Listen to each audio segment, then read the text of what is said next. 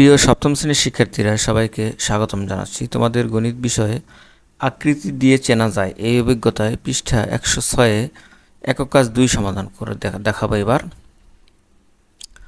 তো এখানে তোমাদের বলছে, ধরো এবি একটি রেখাংশ, এই এবিতে অবস্থিত একটি বিন্দুতে একটি লম্ব আঁকতে চাই। ধরে নিচ্ছি পি হচ্ছে সেই বিন্দু যার উপর আমরা লম্বটি আঁকবো। এবি রেখা আঁকা কাগজটিকে আমরা চিত্রের মতো এমনভাবে ভাঁজ করি যেন ভাঁজটি ঠিক পি বিন্দুতে থাকে এবং এবি রেখার একটি অংশ অপর অংশের উপরে একদম বরাবর গিয়ে পড়ে।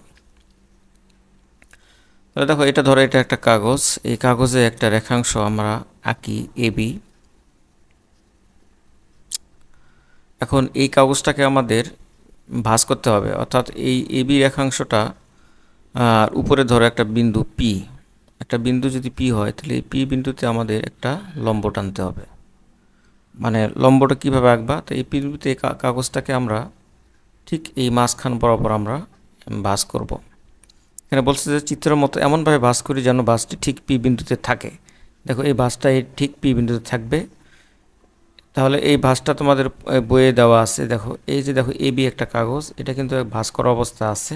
এই যে ভাঁজটা হয়েছে ঠিক এখানে, এই বরাবর ভাঁজটা করা হয়েছে এবং পি বিন্দুতে সেই ভাঁজটা আছে।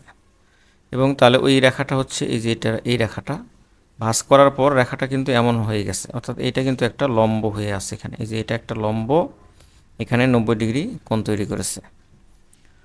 তো এবার তোমাদের আরেকটা পদ্ধতি আছে যে ত্রিকোণী সেট ব্যবহার করে, সেটা একটু আমি দেখাচ্ছি। ত্রিকোণী সেট ব্যবহার করে কিভাবে লম্ব আঁকা যায়। তো আমরা একটা রেখা এঁকে নিই, এবি একটা রেখা, সেই রেখার উপরে আমরা একটা বিন্দু পি নেব। পি বিন্দুতে একটা লম্ব আঁকবো ত্রিকোণী সেট ব্যবহার করে। তাহলে ত্রিকোণী আমরা দেখেছি, এটা আমার বানানো একটা ত্রিকোণী। তো এই ত্রিকোণী আমরা ঠিক এই যে এবি রেখা বরাবর এই ধারটা ঠিক এবি রেখা বরাবর বসাবো। বসানোর পরে আমরা এই বিন্দু থেকে এই বরাবর পেন্সিল দিয়ে একটা রেখা টানব। সেই রেখাটা তোমার হচ্ছে এখানে লম্ব হিসেবে অবস্থান করবে, কারণ এই ত্রিকোণীটা এখানে কিন্তু ত্রিকোণী দেখবা যে এখানে একটা লম্ব বা সমকোণ তৈরি করে। তো এটাও একটা সমকোণ হবে। তো এই জন্য বলা হচ্ছে যে ত্রিকোণীতে আমরা যে রেখাটা একবারে অঙ্কন করব সেটা হচ্ছে লম্ব। তাহলে আমরা এখানে লিখতে পারি যে পি কিউ এখানে লম্ব এবি, অর্থাৎ পি কিউ এবির উপরে একটা লম্ব। তো এইভাবে ত্রিকোণী সেট ব্যবহার করে তোমরা লম্ব অঙ্কন করতে পারো। এই কাজটা মূলত লম্ব অঙ্কন করার একটা নিয়ম।